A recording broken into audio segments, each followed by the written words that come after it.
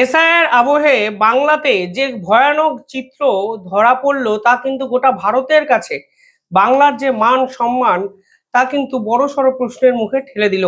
এবং সব থেকে ইম্পর্টেন্ট বিষয় হলো বাংলা সুরক্ষা, জাতীয় সুরক্ষা সবকিছু কিন্তু এক লহমায় বড়সড় প্রশ্নবিদ্ধের মুখে পড়ল। বসিরহাট বর্ডারে প্রায় ৩০০ জন বাংলাদেশি অনুপ্রবেশকারী জড়ো হলেন এবং তারা নাকি এখন বাংলাদেশে ফিরে যেতে চান। এই আবহে প্রশ্ন হলো তারা কিভাবে দিনের পর দিন বাংলাতে থেকে গেলেন, কিভাবে বা নকল ভোটার কার্ড, আধার কার্ড এবং প্রয়োজনীয় ডকুমেন্ট তৈরি করলেন, কোন পথেই বা ভারতবর্ষে ঢুকেছিলেন, এমনকি তারা বাংলাতে ঠিক কোথায় থাকতেন যে তাদের কোনো রকম বাধার সম্মুখীন হতে হলো না। তারা বহাল তবিয়াতে এখন বসিরহাট বর্ডারে জড়ো হয়েছেন এবং এখন নাকি ঘরের ছেলে ঘরে ফিরে যাওয়ার মতো তারা তাদের পৈতৃক বাড়ি বাংলাদেশে ফিরে যেতে চান। হাকিমপুরে এসেছি আমরা, দেশের মানুষ দেশে ফিরে যাব বলে, বাংলাদেশে ফিরে যাব বলে। ভারত এসেছে 3 বছর আগে হয়েছে। এমনি আমরা কষ্ট করে এসেছিলাম, হেঁটে।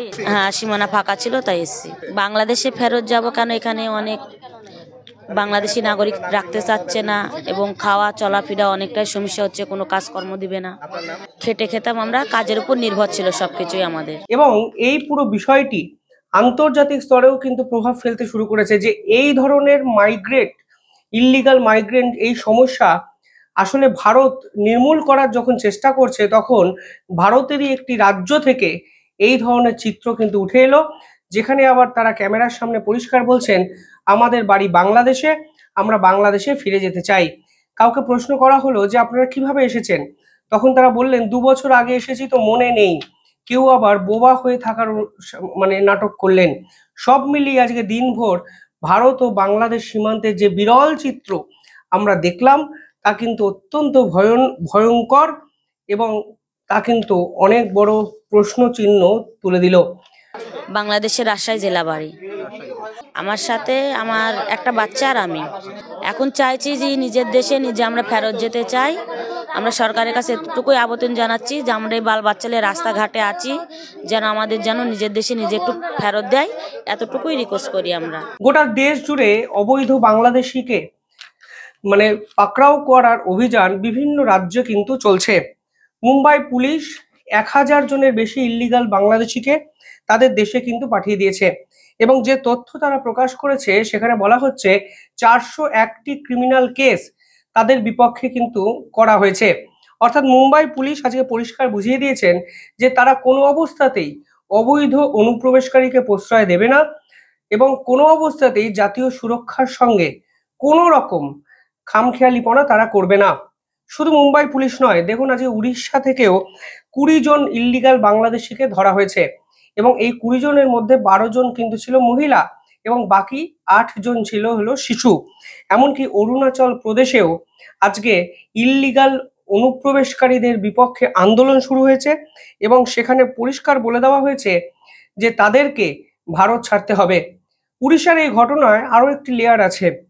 কিছু জায়গায় উড়িষ্যায় অস্ত্র পাওয়া যাচ্ছে বাংলাদেশিদের ঘর থেকে, এমনকি এক অবৈধ বাংলাদেশির বাড়ি রেইড করে শার্প উইপেন অর্থাৎ ধারালো অস্ত্রের খোঁজও কিন্তু উড়িষ্যা পুলিশ পেয়েছে এবং তার বিপক্ষে বিএনএস এর ধারা অনুযায়ী 1959 এর ধারা অনুযায়ী মামলা রুজু অবধি করা হয়েছে এবং টোটাল তারা যে পরিসংখ্যান দিয়েছে সেখানে বলছে 3738 জন অবৈধ বাংলাদেশিকে তারা ডিটেন করেছে এবং তারা তারা কড়া অ্যাকশন এদের বিপক্ষে নিয়েছে।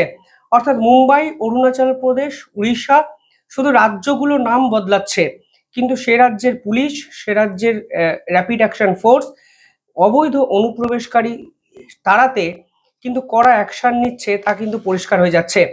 দেখুন এই অবৈধ অনুপ্রবেশকারী এই সমস্যাটি কেন দেশের সুরক্ষার জন্য বিপজ্জনক। প্রথমত সহজ ভাষায় যদি আপনারা বলেন তাহলে দেখবেন সকলের আগে যে কথাটি উঠে আসে তা হলো দিল্লি বিস্ফোরণ কাণ্ড। এই দিল্লি বিস্ফোরণ কাণ্ডে সরাসরি আমাদের গোয়েন্দা দপ্তর বাংলাদেশের যোগ পেয়েছে। এমনকি তারা এটাও দাবি করেছে যে বাংলাদেশ থেকে বিস্ফোরক মুর্শিদাবাদ হয়ে ভারতবর্ষের বিভিন্ন স্থানে ছড়িয়ে পড়েছে এবং কোট আনকোট মুর্শিদাবাদের কথা তারা বলেছে এবং মুর্শিদাবাদে নাকি শেল্টার হাউস বা সেফ হাউস হিসাবে ব্যবহার করার প্রবণতা বাংলাদেশের জঙ্গিরা করেছে, তা কিন্তু ভারতের গোয়েন্দা দপ্তরের রিপোর্টে প্রকাশিত হয়েছে। শুধু তাই নয়, এই অবৈধ অনুপ্রবেশকারী ইস্যু কতটা বিপজ্জনক হতে পারে তা কিন্তু আপনারা ঠিক কিছুদিন আগের একটি খবরে জানতে পারবেন। বাংলায় কিন্তু এনআইএ একটি রেড করে ঠিক দুদিন আগে। স্পেসিফিক্যালি যদি আমি বলি তাহলে সেই রেডটি করা হয়েছিল ভারত বাংলাদেশ সীমান্তে নন্দিনা গ্রাম, এটি কোচবিহারের নয়রাহাট গ্রাম পঞ্চায়েতের অংশ। সেখানে আরিফ নামক এক যুবকের বাড়িতে কিন্তু এনআইএর গোয়েন্দা দপ্তর রেড করে। সেই আরিফের বিপক্ষে 2023 সালে গুজরাটে একটি অত্যন্ত গুরুত্বপূর্ণ টেরর মামলার কিন্তু অভিযোগ আছে। সেই আরিফ কিন্তু 10 বছর আগে ভারতবর্ষে আসেন এবং 5 বছর তিনি দিল্লিতে ছিলেন এবং এখন কোচবিহারে শেষ 5 বছর একটি কাপড়ের দোকান চালান। এই আরিফের বিপক্ষে এনআইএ তদন্তকারী অফিসাররা অভিযোগ করেছে সেই কাপড়ের দোকানের আড়ালে টেরর ফান্ডিং করেন এই আরিফ। এমনকি গুজরাটের এই টেররিস্টদের সঙ্গে আরিফ নিয়মিত যোগাযোগ রাখতেন এবং আপনারা শুনলে অবাক হবেন, বাংলাদেশের নাগরিক হওয়া সত্ত্বেও কোচবিহারের স্থানীয় ইসমাইল মিয়ার মেয়েকে তিনি বিয়ে করে ভারতীয় নাগরিক হওয়ার চেষ্টা করেছেন এবং আরিফের শাশুড়ি এটি স্বীকার করেছেন এবং বলেছেন আরিফ নিজে বাংলাদেশি। অর্থাৎ দেশের সুরক্ষার সঙ্গে এই অবৈধ বাংলাদেশিরা ক্রমাগত যে জড়িয়ে পড়ছে তা কিন্তু আজকে সহজেই বোঝা যাচ্ছে। আরও একটা উদাহরণ আপনাদেরকে দেওয়া দরকার। এই ঘটনাটি 31শে ডিসেম্বর 2024 যখন দেশের সুরক্ষা সঙ্গে জড়িত কর্তাদের হাতে অ্যারেস্ট হয়েছিলেন খাদরাদির ভাই সহ দুজন এবং তার সঙ্গে আরেকজনকে অ্যারেস্ট করা হয়েছিল যার নাম মুস্তাকিম। এই মুস্তাকিম কিন্তু ভোলা গ্রামের বাসিন্দা এবং দুজনেই কিন্তু কাচের মিস্ত্রির কাজ করতেন এবং দুজনেই কিন্তু ভিন রাজ্যে গিয়ে জঙ্গিদের সঙ্গে যোগাযোগ রক্ষা করেন এবং জঙ্গিদের সঙ্গে জড়িয়ে পড়েন। এই যে মুস্তাকিম নামক ব্যক্তির কথা বলছি, তিনি বাংলাদেশের রাজশাহীর বাসিন্দা কিন্তু ভারতবর্ষে স্পেসিফিক্যালি মুর্শিদাবাদে প্রায় 10 বছর ছিলেন এবং তার ভোটার কার্ড কিন্তু নওদা এবং হরিয়ারপাড়া দুটো জায়গায় কিন্তু উপলব্ধ। এমনকি দিল্লি বিস্ফোরণ কাণ্ডে যার নাম জড়িয়েছিল, মুর্শিদাবাদের নবগ্রামে যাকে খুঁজতে এসেছিল, তার সঙ্গেও কোথাও না কোথাও অবৈধ অনুপ্রবেশকারী যোগ আছে নাকি সেটাও কিন্তু গোয়েন্দা দপ্তররা খুঁজে দেখছে।